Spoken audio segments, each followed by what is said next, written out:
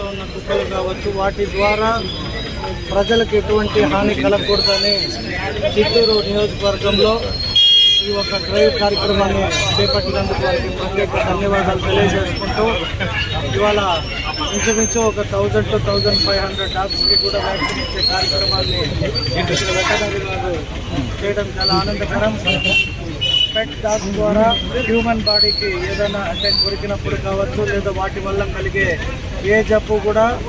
human ఆర్గాన్స్కి దెబ్బతినకూడదనే ఒక మంచి కార్యక్రమాన్ని